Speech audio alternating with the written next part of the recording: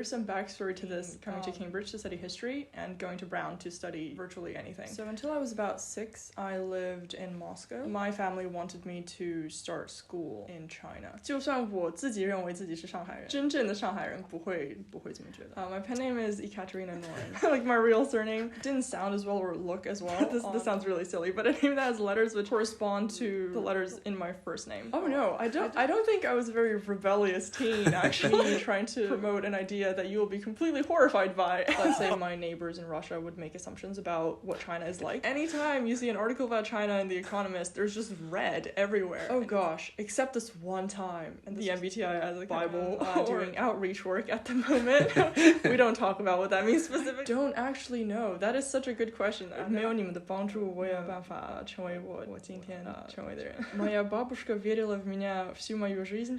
You're honestly just, I think, the best interviewer I have encountered. Boys and girls, ladies and gentlemen, welcome back to my podcast, Coffee's on Me, David Quan, where I strive to give guests legacy-worthy interviews that listeners can enjoy while cooking, commuting, relaxing, or walking their pets. Final week now for Michaelmas term, and we've just celebrated Britchmas yesterday, which is the 25th of November, which is our Christmas celebrations in Cambridge, because on the actual Christmas, 25th of December, students are actually home. I love the festive spirit, and last night I also attended a fun, albeit tiring, law ball. So it's great to have a latte this morning with my guest at Pembroke College. Both of us actually went to bed at around 4 a.m. We've almost reached 4,000 podcast downloads, and if you have been enjoying the discussions on Spotify, Apple Podcasts, YouTube, or wherever you listen to podcasts, please do consider leaving a review and nominating a guest by contacting me via my Linktree, David Quan. I cannot thank the guests enough for their courage and insights. I'm so excited for this conversation, even though I'll genuinely be very out of my depth, given that my guest is such a humorous, creative, and accomplished individual with a unique background.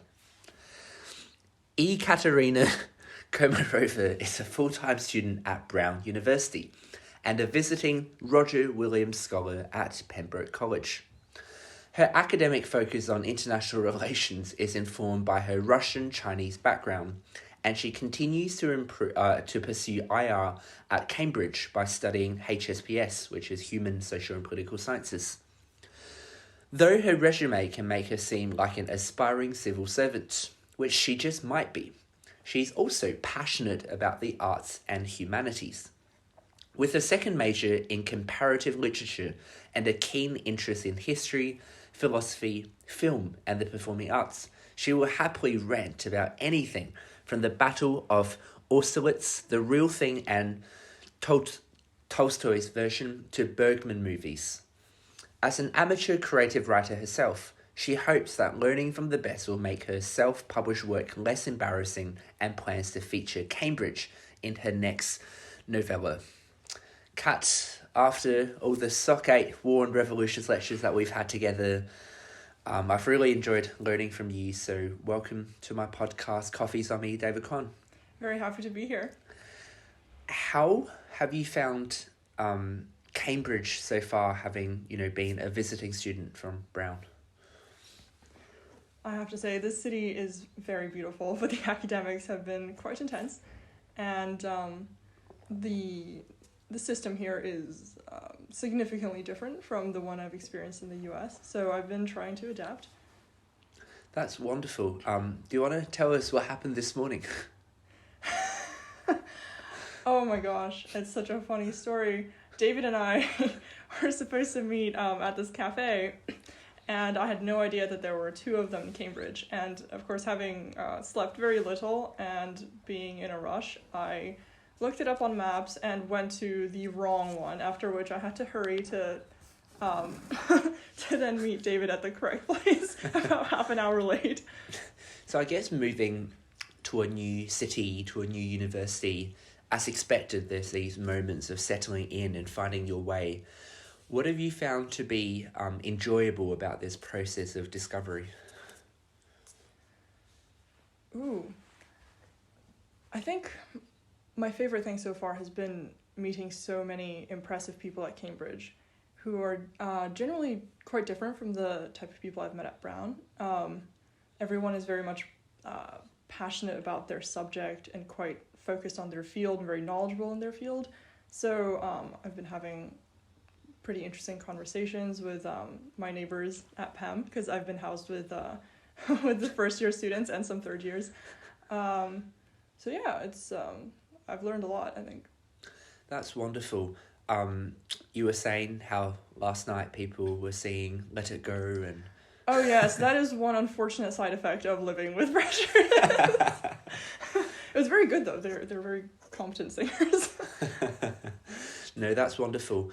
And in terms of the academics, Brown obviously has like an open curriculum where there's more flexibility.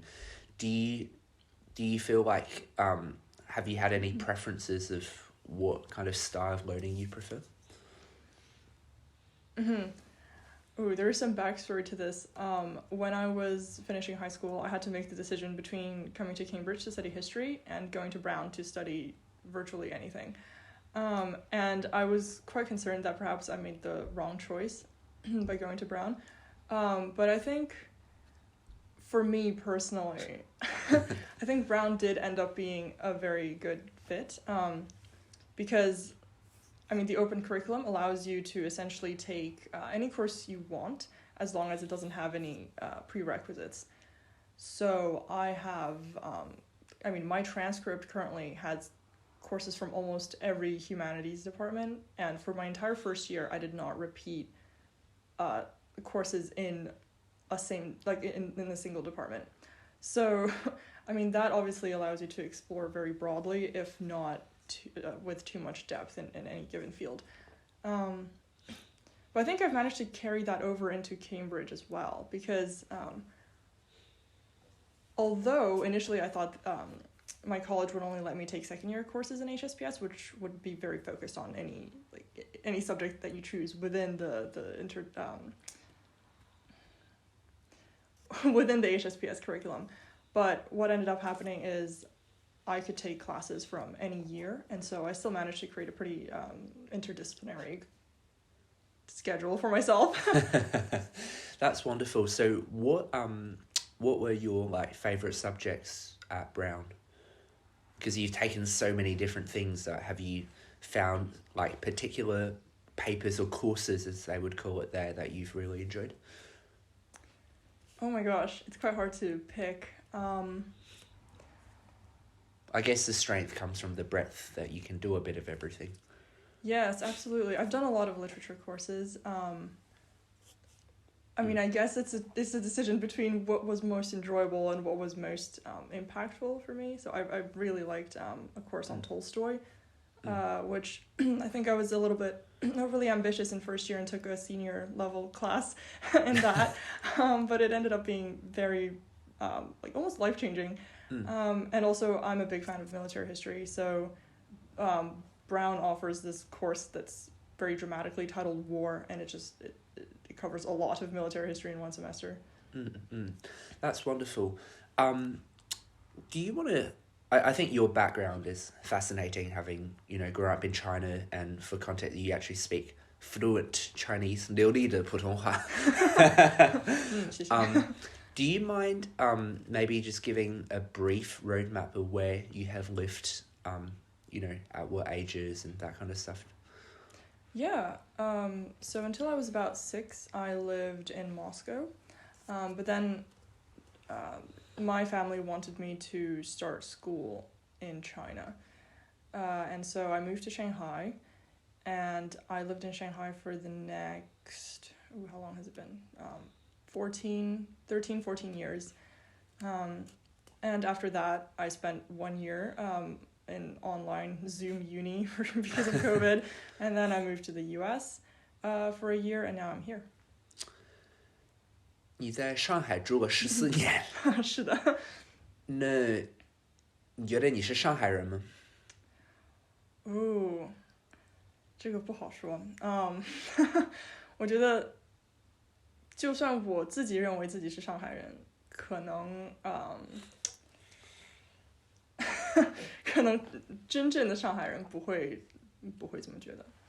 So I asked Kat, given that she's lived in Shanghai for 14 years, whether she feels like she's a Shanghainer, and she said, do you want to give your response in English? Oh yeah, I was just saying that even if I were to identify as Shanghainese, I don't think the quote-unquote true Shanghainese people would agree with that. And I think I'm very much seen immediately as sort of a foreigner. So what would you say are the characteristics of a Shanghainer, and how are you perhaps different, or how have you felt different? And I mean, I feel that, for example, in Australia, being a Chinese and coming to the UK being a Chinese Australian. So I guess growing up, you would have, obviously you look a little different, but was there anything culturally that you distinctively remember being different? Oh gosh, that's actually, that's a very interesting question. I think when I first arrived, I was very Russian, or I mean, I had as much of a like distinctive Russian personality as any like 6-year-old could have. So I'd say I could have been easily influenced, but there was a lot of culture shock when I first arrived, and also Shanghai, like 13 years ago, was a very different place to the one it is today. Everything develops very, very fast. So I think initially there were many customs that I saw among my relatives that I just could not understand. And this may be a strange little story, but like I would always be very worried when people would speak Shanghainese around me, and back then I wouldn't understand. And sometimes there would be a lot of emotion in the conversation. I would always be scared that, you know, are people arguing? Is this? But then I found out that that's just how my family communicates with each other, so now I'm quite used to it.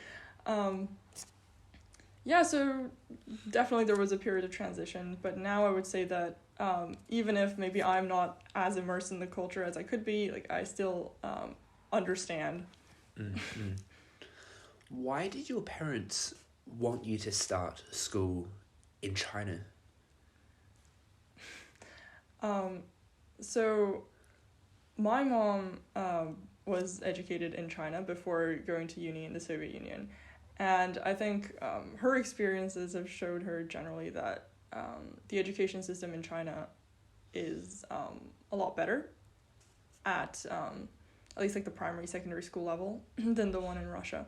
So this partly has to do with the stratification. I think in the Russian school system, I'm not that familiar with it, having not gone through it, but from what I hear, there are the public schools, and then there are the very elite private schools, but academically neither of them are particularly intense, and there's really no middle ground. And so my mom didn't want me to be part of any of those cultures, and so we moved to Shanghai, and I went to international schools for the next however many years. And at an international school, do you also follow the kind of Chinese curriculum where you're working towards the Gaokao, or is it a separate track? Mm-hmm. It's a separate track, and there have actually been some interesting changes recently, where the way international schools are registered now has changed. So for a school to be identified as clearly international, they would have to only accept people with like foreign passports, let's say.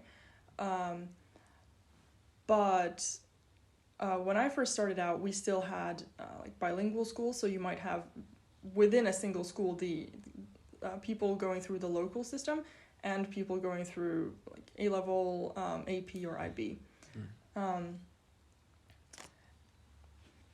I was always in the international part, so we prepare for you know, whichever one of the Western systems you choose to pursue.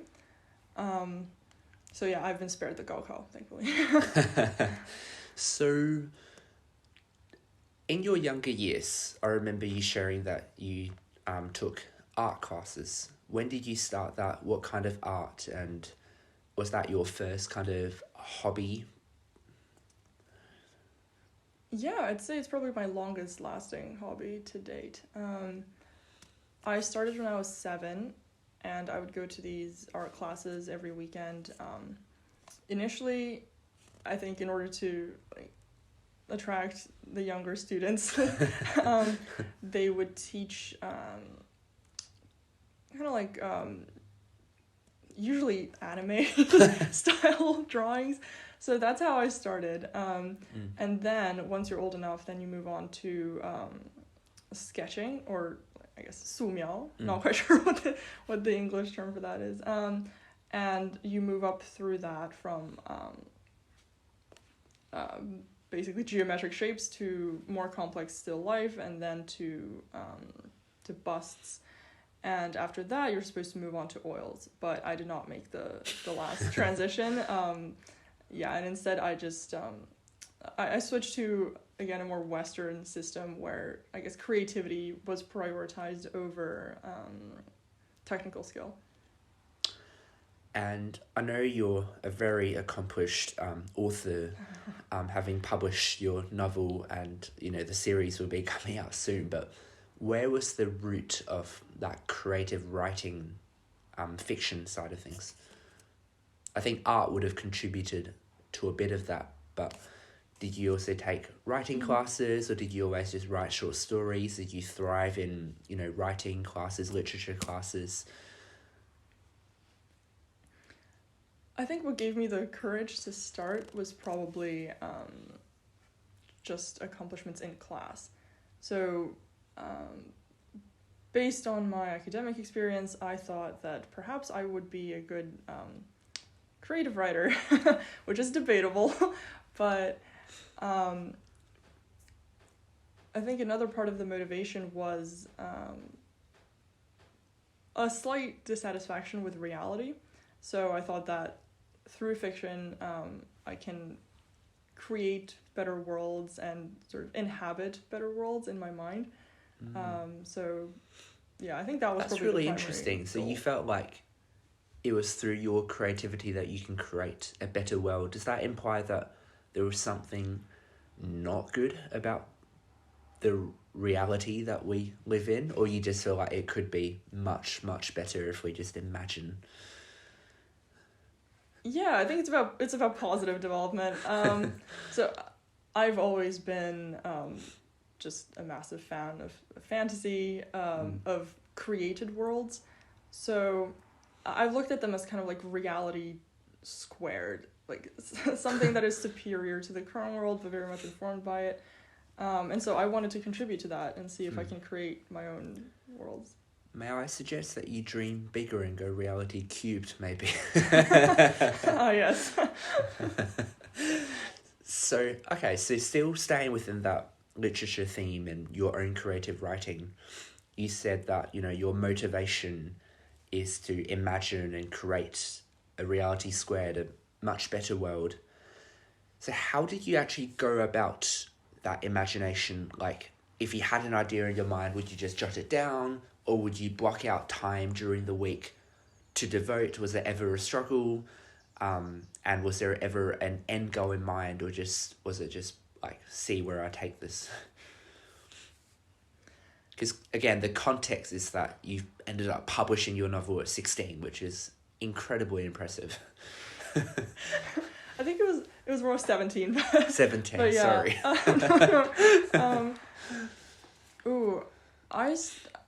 I think it just took an incredible amount of audacity and hubris to begin. I mean, when I started writing, I was not a big reader of fiction as well, and this is I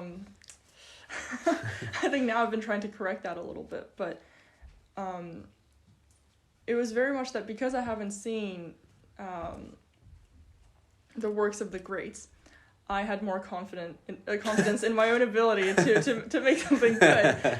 And so when I was like maybe 13, 14, I would start just writing random stories in the Notes app on my phone, on my iPad, and they never really went anywhere. And then when I was 15, 16, I decided that I'm going to actually put these ideas together and make something that I can publish, or at least have as a complete testament to what I've been doing for years. And so then became this massive project that actually ended up vandalizing my dining room wall, because I tried to make like, you know, those boards they have in the like in detective films with like the names, the pictures, the strings going across. I did that for my story, and eventually, after letting it just stew in my mind for 2 years, it was sort of completed to a certain degree, and and then I decided to go ahead and publish. And when you were writing that story, what were your intentions with it? Was it just for you to capture your thoughts, or did you hope that to publish it, it would, you know, obviously you want readership and you want other people to appreciate it, but was there any like goals towards that, like during that writing process? There were some cliches that I wanted to subvert. So because the novel that we are discussing is part of a YA trilogy that I'm working on still. So I was looking more at the tropes that exist in YA fiction.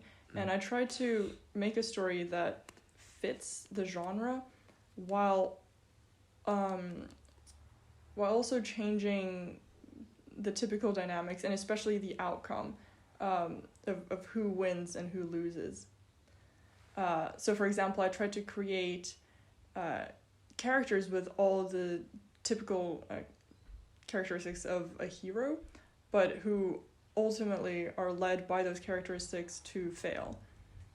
And the opposite for the, I suppose, antagonists. So the traits that make people successful are actually precisely the traits that eventually make them fail, and vice versa? Successful in other YA works. Okay. Were they based on your, like, people in your real life that you've seen, or... I mean, they have to be, right? I mean, our imagination comes from, or partly at least comes from, what we see in our own world and what we experience. But how did you base your characters, and how were you able to develop those characters then? I think this question actually points to... nature of creativity?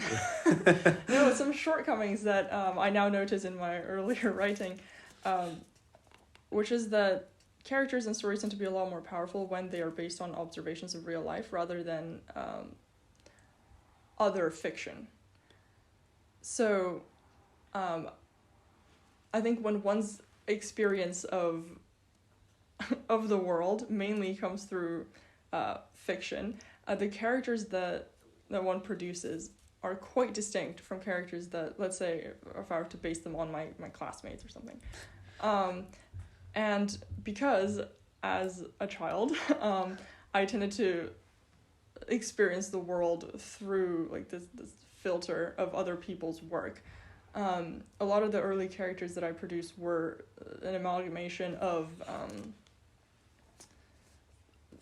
the myriad of fictional characters who I've liked, and my personal experiences. But I think as I've now moved on to the current novella series, I think I focus a lot more on the people I've met in my personal life, and I think that has made the current characters a lot better. What is your pen name, and why did you choose it? My pen name is Ekaterina, and I actually chose it purely for aesthetic reasons. So I think Komarova, like my real surname, just didn't sound as well or look as well on a cover as compared to a name that sort of has this sounds really silly, but a name that has letters which correspond to the letters in my first name. So I looked at just lists and lists of Russian surnames, and I tried to find something that I think would sound nice with my first name, and this is the one that I found. So I know in China, of course, the surname matters a lot in the sense of, you know, passing on kind of the family kind of name and the heritage. Is that the same in Russia? Like changing your surname, is that a tough decision to make, and is it normal for people just find list a surname and go, oh, I like that one, so let's do that one? Ooh, because in a sense in China the surname is almost more important than your given name. Yes, like that is absolutely. your identity. Absolutely. I think in Russia not so much. Okay. But of course, I think my father's side of the family was a little bit confused as to why I decided to pick a random name.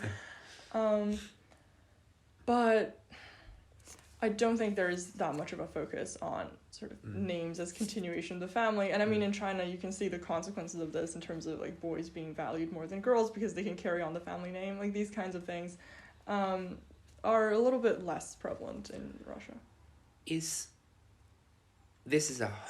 I'm just curious, and it might be completely off, but is this name change at all a part of like youth rebellion where you want to establish your own identity? Oh no, I don't think I was a very rebellious teen, actually. Strangely enough. Yeah, no, I think I just didn't really want to use my real name, and I wanted a name that would sound nice, and so those two considerations ultimately influenced the decision. Mm-hmm. And in terms of that, you know, series that you hope to publish, do you have a timeline of when it will be finished, and you know where are you in terms of the overall progress? I have had to repeatedly request extensions from myself because so instead of continuing to work on the trilogy, which continues to be in the works, I have moved on to a 3-part novella series that is based on my experiences in different stages of my education. So for that, the timeline is to complete the 3rd one, which is probably going to be about Cambridge, before I graduate from university, so 2024. And afterwards, I think I would go back to the quite detailed plans that I have for the trilogy I was working on earlier, and not only rewrite parts of the first novel, but then start writing the 2nd and 3rd with better foundations, and I think with myself as now like a more complete person in certain ways. That's great. And anything else you would like to share about your writing and creative writing that you feel like means a lot to you?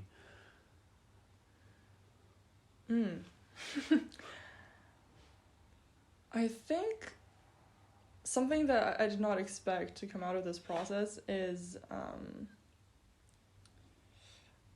I discovered that I could persevere a lot more than I initially thought, because once you decide to self-publish or traditionally publish, right, that's always the dream, the journey ahead is actually very long, and there are a lot of unexpected difficulties that occur. So with editing, for example, it turned out that the editing was actually a lot more difficult than writing, because you get verbally abused by your editor sometimes. Oh, wow. And then if you're doing the whole process yourself, then there's the formatting, the cover design. There's just so much that goes into the process that you have to organize, and it's very easy to just think, you know what, I'm going to give up. Like it's not worth it. But yeah, like I was surprised that I actually managed to go through with that process, and obviously like after the first time it hopefully will get easier in the future. So, who was like the first one or two people who'd read your writing almost in full, and what kind of comments did you get from them, and how did that make you feel? Oh my gosh. The first two were obviously my editors. Because I would not show anybody the finished product until I thought it was at least, well, not subpar. So, very different responses.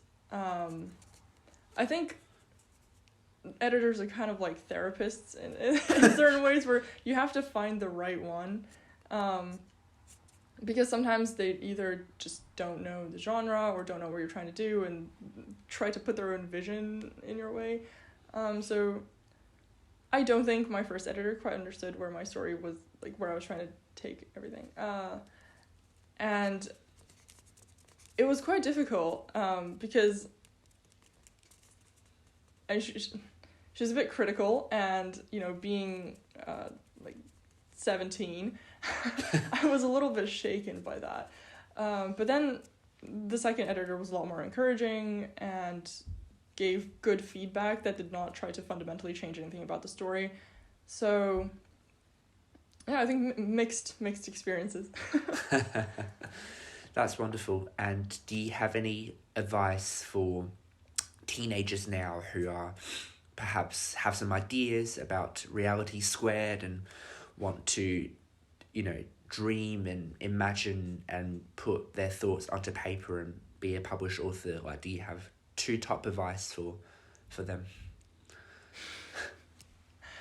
Oh gosh. Well, the first one is definitely don't give up, and definitely don't let potentially negative comments from first readers sort of affect your courage to put your ideas out there. And the second one, I mean, I think the second one's pretty obvious, but again, me in my hubris did not take heed of this one when I was told, which is to just become familiar with whatever genre you're working in. And, you know, just because, let's say, you are a fan of the classics and you think that great works of literature are superior to whichever genre that you're trying to work in, it is still very helpful to know sort of how your work fits into the broader context of the existing stuff out there. So, Kat, had we met when you were 16, do you think I would recognise you in the same way? If that makes sense. Would you be would you interact, would you have a similar sense of humour? Would you, how are you different now compared to your 16-year-old self when you just started this process? Oh gosh. I think I was a little bit more extreme about my ideas when I was 16. I was a very intense person in general, or at least I didn't realize this, but that's the feedback I'm getting now from friends back in the day. So yeah, I think our conversations would have consisted a lot more of me trying to promote an idea that you will be completely horrified by.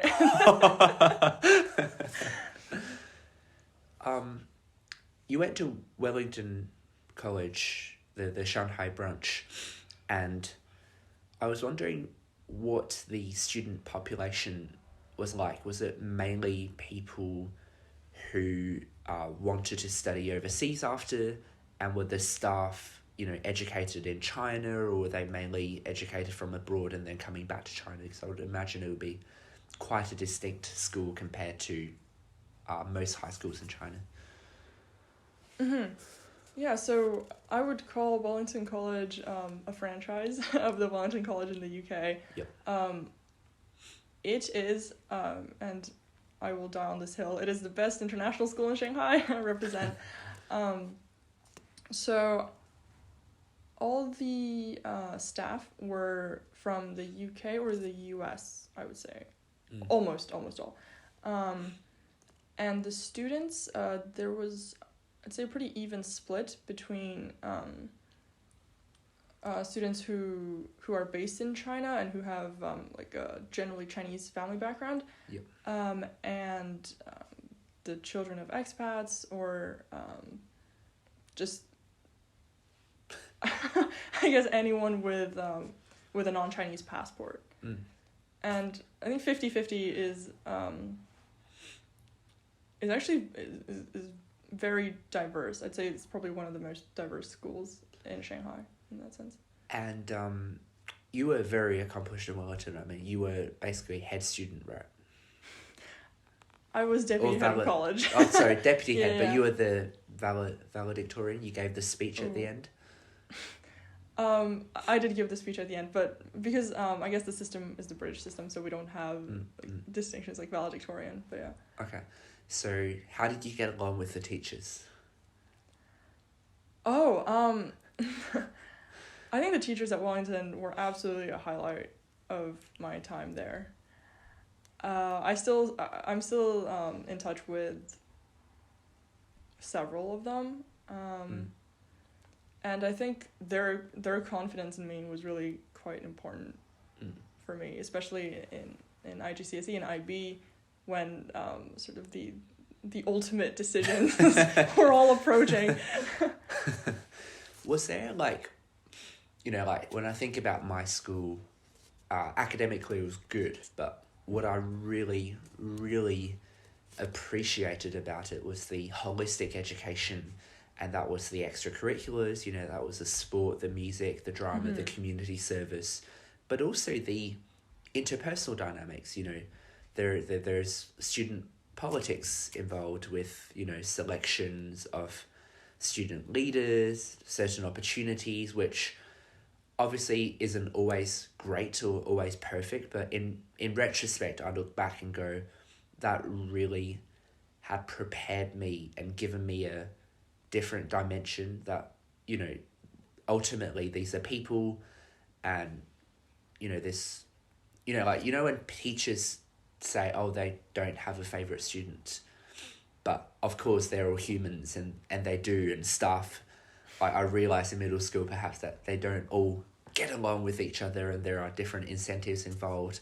Did you feel like through your schooling you also had that dimension? Because I can imagine an international school with the different personalities that it could be more than just academics focused. Yes, I mean, to your first point about extracurriculars, definitely. We were almost forced to partake in extracurriculars. So we would have time slots after class. I think it was 2 days a week, where we would have to pick something out of just a list of offerings.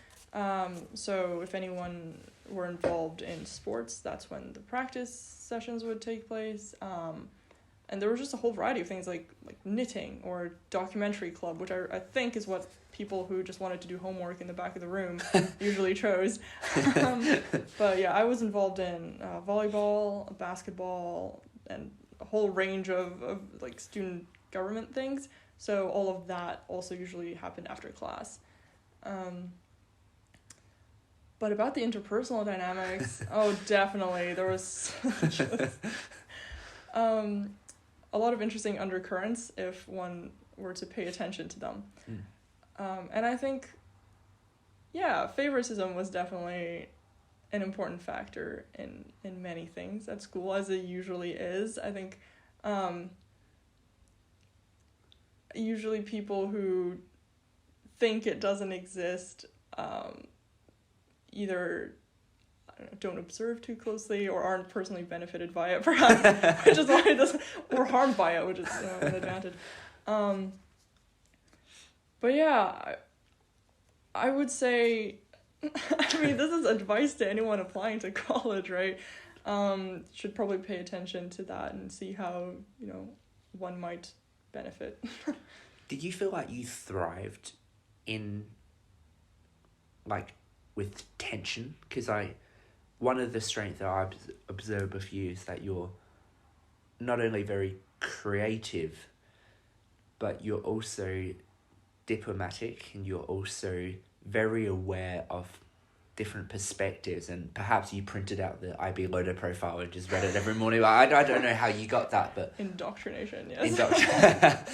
But I have a feeling that you thrive at navigating differences and fast-paced environments. Yeah, about being diplomatic, I do realize that I've been equivocating for a large part of this interview, but I mean, I wouldn't say that I actively create tension because I thrive in it, or I think that I have certain advantages within that kind of environment. But yeah, I do think that, oh my gosh, to quote a very cringe thing from Game of Thrones, like, chaos isn't a pit, chaos is a ladder. So, in circumstances where there is conflict, there is usually some room for advancement. So, when you look at it that way, I suppose, yeah, I do perform okay in intense environments. Building on that theme of tension, having been someone who have grown up in different countries with multiple identities, do you have any general thoughts on international relations and the global tensions that we have seen in the past few years? Perhaps that is with COVID, perhaps with the trade war. I don't know, do you have any general thoughts and observation or advice for how someone like me who's trying to grapple with the nuances of the modern world? I think recent developments have been extremely disorienting. And I mean, just based on certain things that I've observed in the US, usually a lack of understanding across cultures, which is understandable, right? You sort of expect that. But this lack of understanding often leads to fear, because when we don't really know the intentions of other people, we sometimes assume that there's something malignant going on.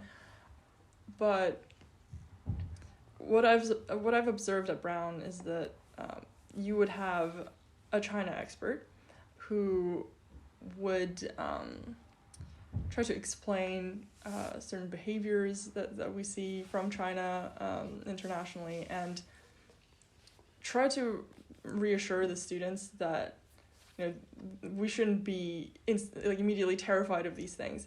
But then that same person would look at Russia, let's say, and take the standard line. And the same thing on the other side. So we also have Russia experts who would talk about Russia in a certain way and then look at China and just express sort of the standard kind of fear that you hear from the media. And I think that's interesting. And perhaps really what we should be doing is trying to promote understanding, not necessarily justifying certain things, but at least trying to see where everyone is coming from. I mean, I'm involved in Brown China Summit, as you know, at Brown, and the whole point of that is to invite speakers who are knowledgeable in either Chinese politics, culture, really anything to do with China, and giving them a platform at Brown to reach out to students and improve understanding. Given your experiences and what you just said, what are two misconceptions that Americans or British people that you've met have about China? It could be culturally, it could be political, it could be economical. Have you noticed one or two things where you just go, no, Oh gosh, so many. And actually, there's been a change from when I was a kid, and let's say my neighbors in Russia would make assumptions about what China is like.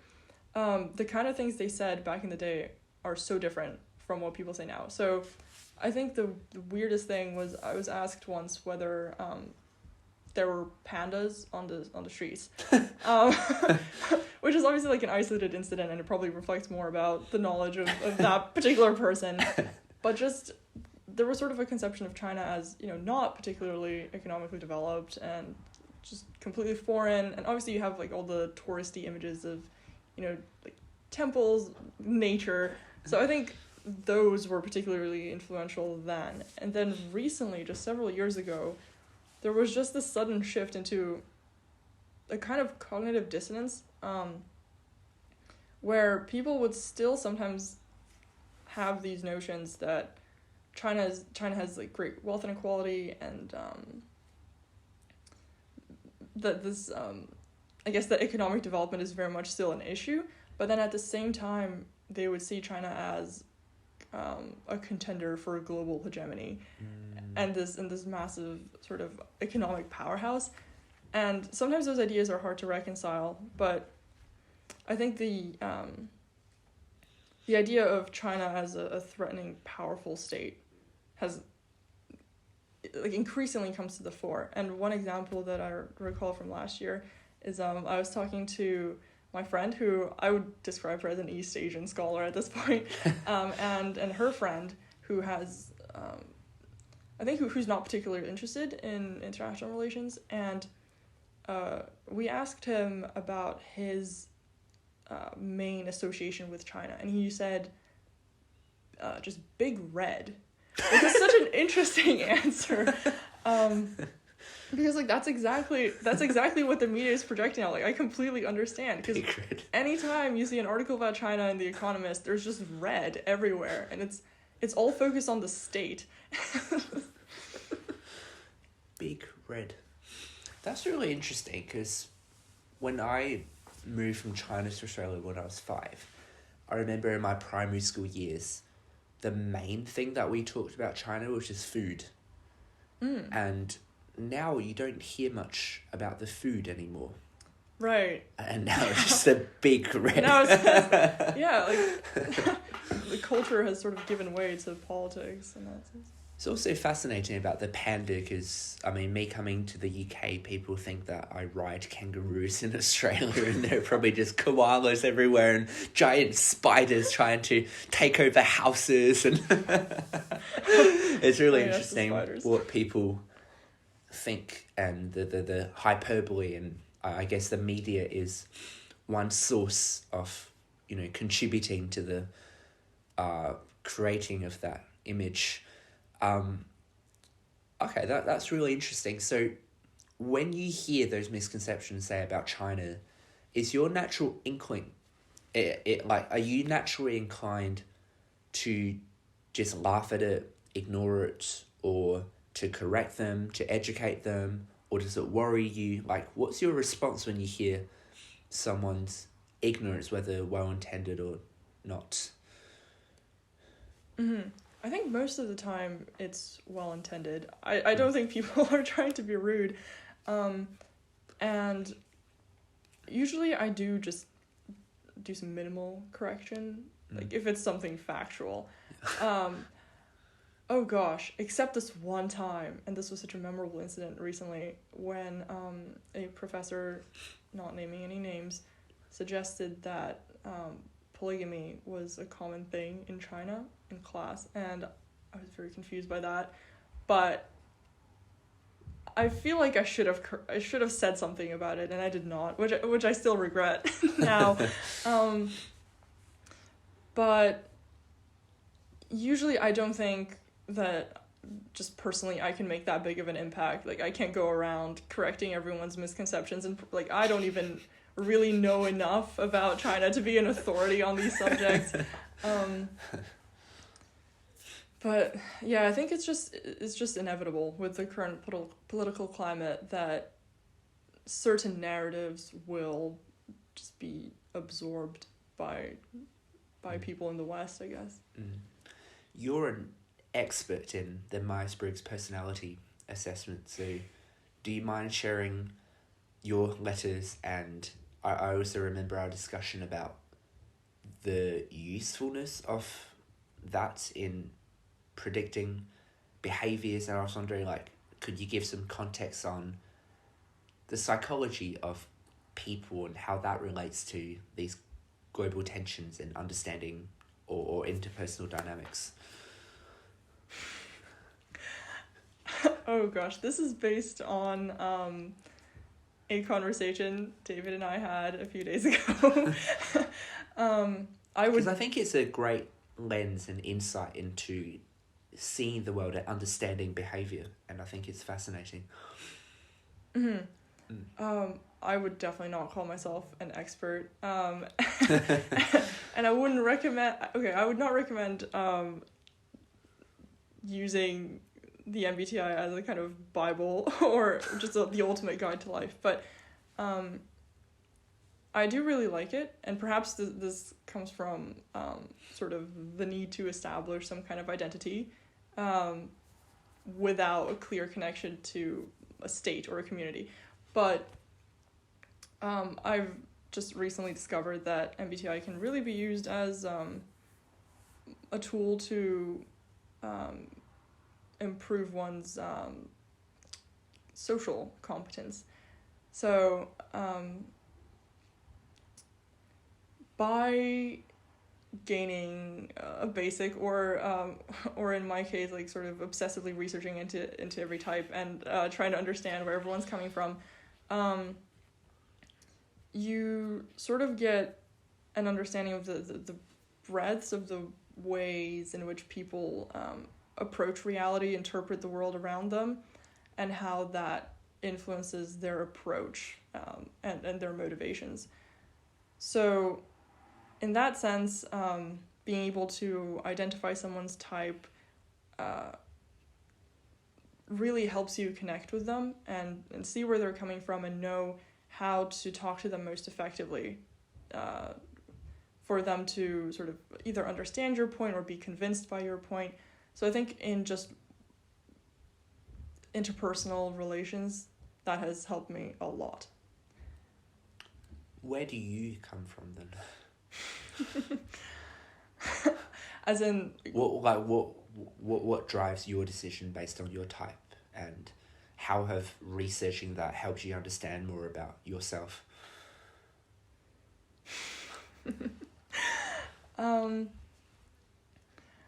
I think I've discovered that compared to other people in my life, I prioritize, say, reason a lot more. But at the same time, I also tend to act on instinct. And you might think this is a contradiction, but I've been trying to identify, which decisions I make are based on reason, which ones are sort of just me instinctually thinking that something is correct and trying to go back in and rationalize everything. But it's also helped me understand why I am sort of an idealistic cynic, for example. And how, I'm trying to explain this without going too deep into the specifics, but I can now see how the so-called cognitive functions affect my decisions day to day. Great. Well, thank you for sharing that. Very interesting and food for thought. And in terms of the Brown China Summit, I know you're working on outreach work as the UK. Do you want to talk more about your role within the wider team and your motivations for getting involved, which you mentioned about promoting further understanding? I'm just trying to understand why you're involved in such a project, because I've done similar things at Cambridge for the Cambridge Union and for the Cambridge Student Investment Fund, where you invite industry experts and that kind of exchange is one of the highlights. But what motivates you to put in all those hours for the summit?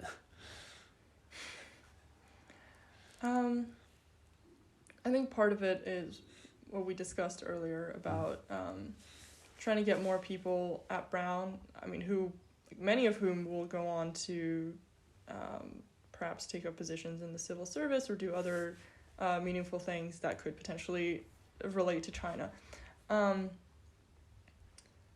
but also it's a nice opportunity to get to know China experts, whether academics, writers, and also it's a great opportunity to meet and connect with other Chinese students at Brown, because I think usually these kinds of organizations are run by people with like a close connection to the region. So yeah, I think on all fronts, the experience has been very productive. I am doing outreach work at the moment. We don't talk about what that means specifically. But when I am at Brown, I would be involved in organizing panels for a particular subgroup in the Brown China Summit. So last year I was in political economy, and we ran 4 separate panels, some of them in person, some online. The one I was in charge of invited Rana Mitter from Oxford to talk about certain revisionist narratives that are now seen in the Chinese media concerning the Kuomintang. And yeah, it was very informative. Our team was very impressive. I was quite surprised that we managed to organize 4 different panels while navigating a very, very intense second semester. So yeah, overall it was a very good experience. Great to hear. Looking into the future, we've talked a lot of the past and the present. Where does all that lead to, or where are you trying to get to? If you're listening to this, say, 20 years later, where do you hope to be, and how do you hope to feel at that time? Where do I see myself in 20 years? Yeah. Or it doesn't have to be 20, but what direction are you headed? Law school, civil service, academia, best-selling author. It could be all of them. I don't know. Oh, the dream. Gosh. The dream. Yeah. I think certain recent developments have made me a little more cautious about deciding so early what I want to do. I do want to eventually do something related to politics. And I think the foreign service is particularly attractive to me, mainly because of the opportunities it affords to move around, live internationally, and to be part of a community of people who have also had a lot of, diplomats who have also had a lot of experience living abroad. And so that is, I would say that is plan A. But of course, the way to get there could look very different. So I could potentially go to law school to study international law, or go to a master's program affiliated with the Ministry of Foreign Affairs, let's say. Or I could, I don't know, go and work for Disney. You never know what's going to happen, depending on how the current situation develops. What do you think would be the title of your autobiography or biography? I have not thought that far into the future. Oh gosh. I don't actually know. That is such a good question. Now I'm gonna start thinking about it and descend further into just immeasurable audacity of assuming that this would ever happen. Yeah, perhaps, I don't know, maybe when I do start a biography, I'll ask you, like, hey David, remember that conversation we had? What do you think I should call it? Or maybe a different, slightly easier question to answer is, when people hear your name, what kind of like words or qualities or characteristics would you like people to associate with you? Like, what would you want people to think about when they hear your name?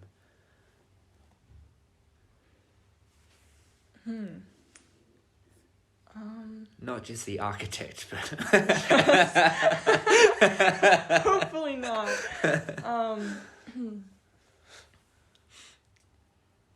gosh.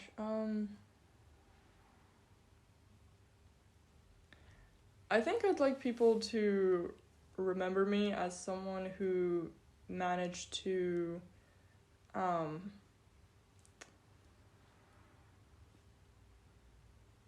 if not do something good for the entire world, then something positive for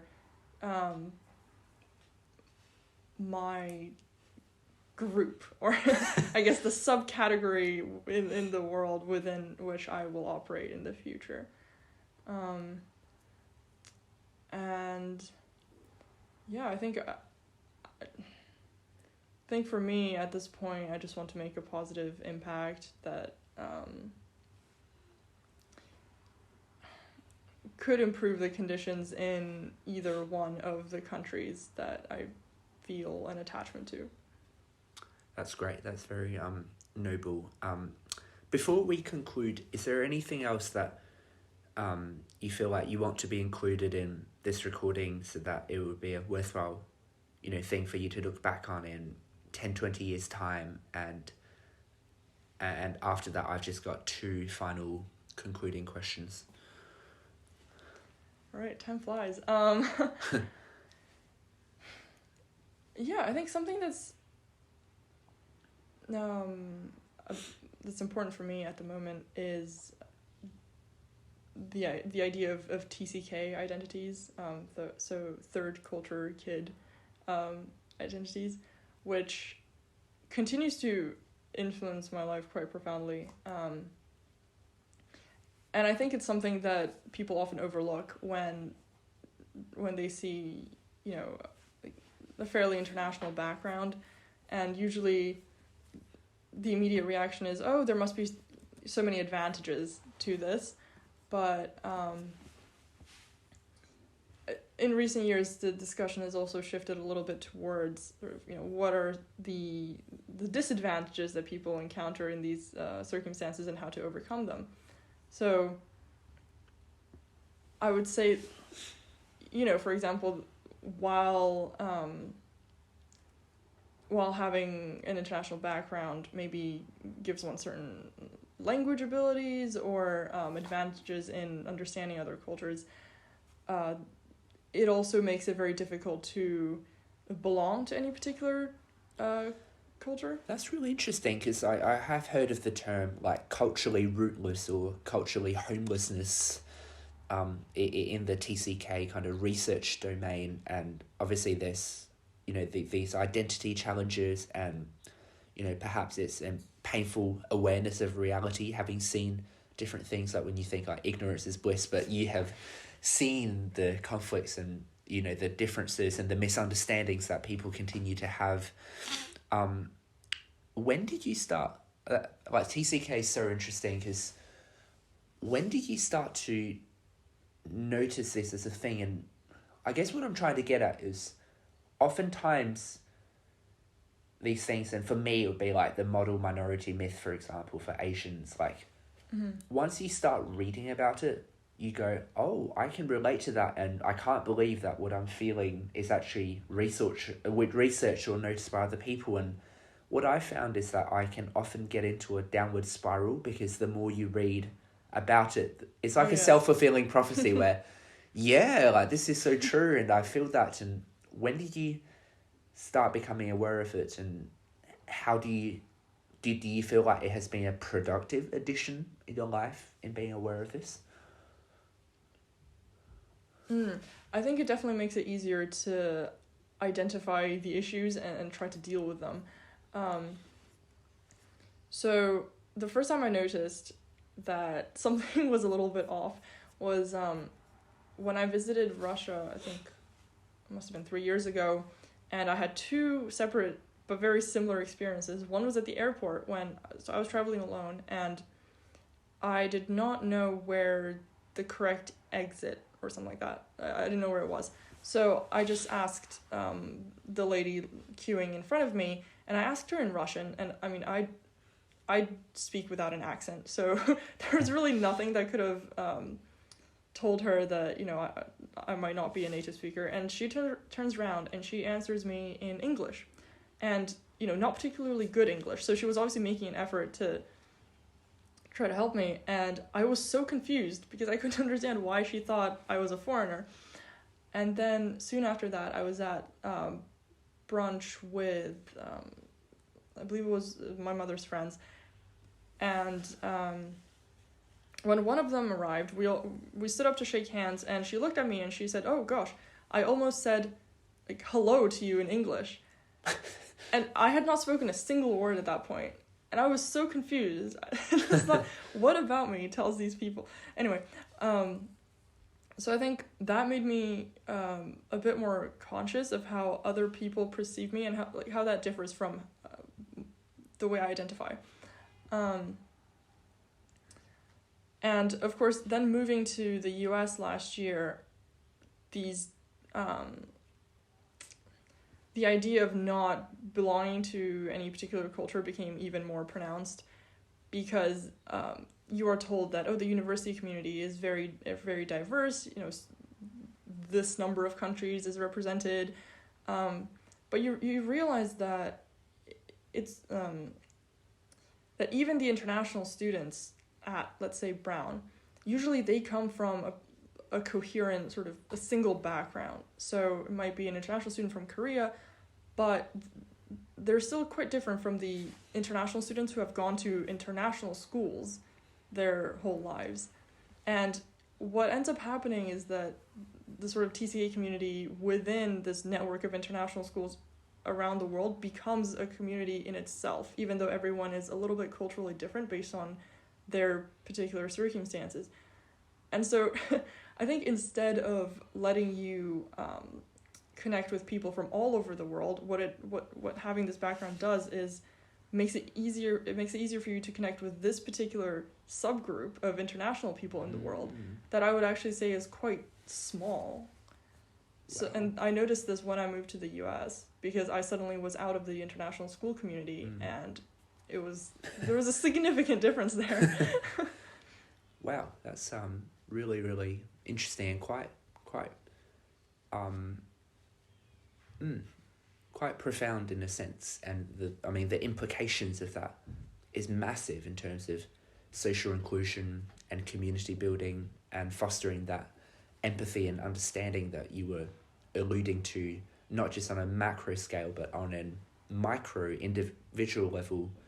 So anything else about TCKs that you want to share about, or I've just got final 2 questions, and in fact I've decided to change my final 2 questions based on what you just said. So the second to last one is, given what you said about being a TCK, it seems like one of the themes that comes out is misunderstanding or at least differences. So what is like a question or two that you wish other people would ask you so that you can share who you really are and, really feel that sense of inclusion and belonging, that you don't feel like other people ask enough, if you get what I mean? Like, what do you wish people would ask you or talk about?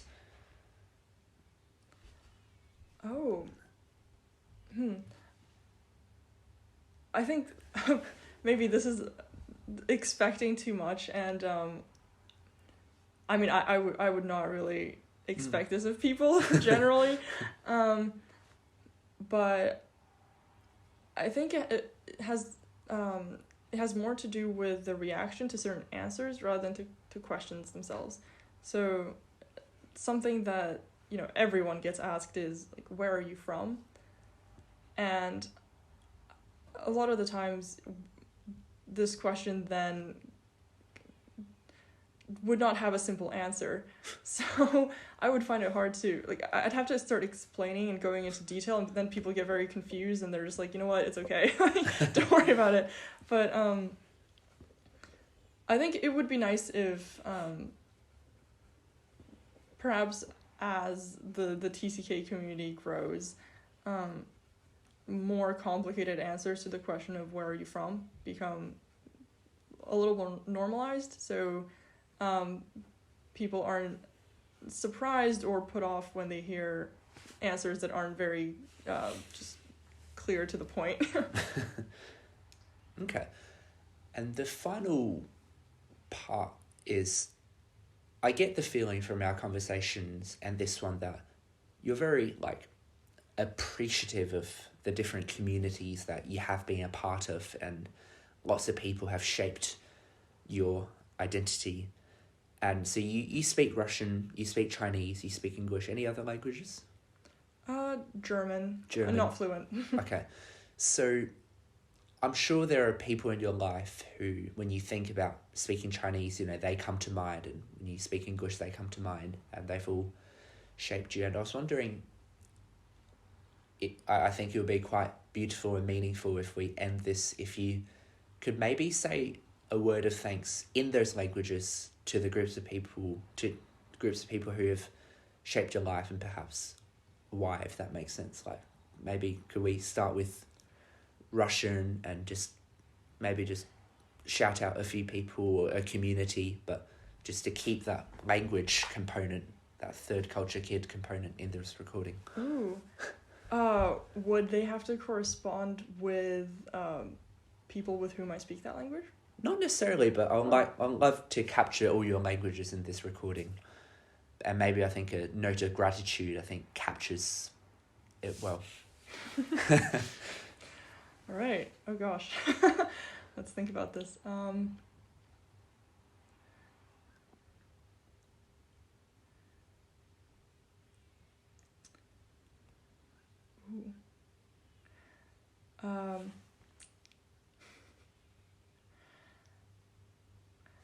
我非常感谢一路在上海陪我的同学，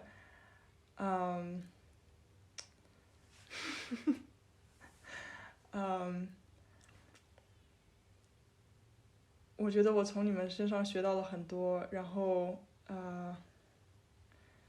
我没有你们的帮助，我也没有办法成为我今天成为的人。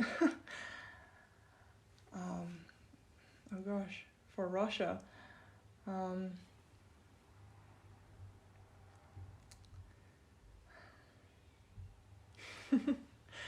think there's really one person I would like to thank. Go for it.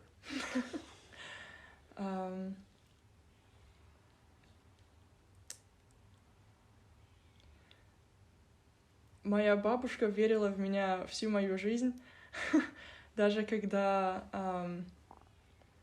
я сама не верила, что я могу достигнуть того, чего я сейчас достигла. Так что большое-большое спасибо. И я надеюсь, что мы скоро увидимся. Finally, English. Oh gosh, I forgot about that. So much pressure. Okay. Oh gosh. There's so much overlap. That's all right. They can be. Yeah, let's see. English community. Oh gosh.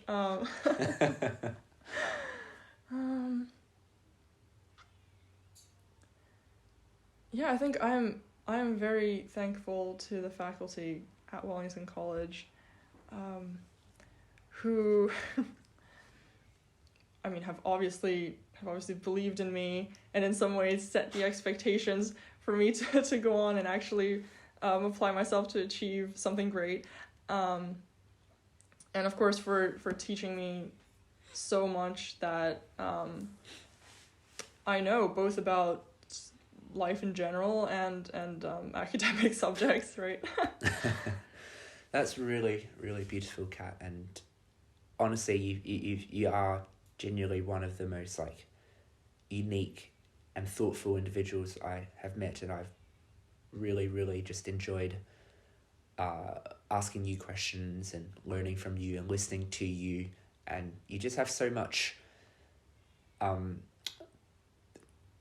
not knowledge necessarily, but just thoughts and insights, and the way that you're able to articulate yourself with such grace and humility and sense of humor as well.